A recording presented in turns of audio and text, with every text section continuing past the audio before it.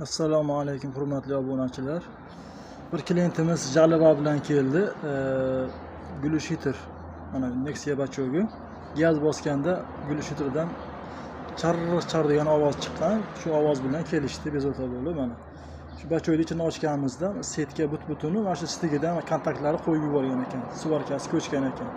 Shu gaz bosganda bir-biriga temirga tegib charillab ovoz chiqib turgan.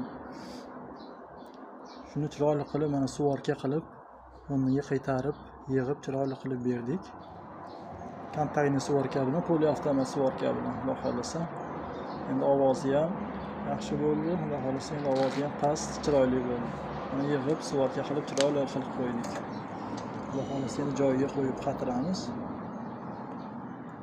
Ovozi yaxshi bo'ladi, ravon bo'lib, cho'tki bo'ladi, xudo xolasa.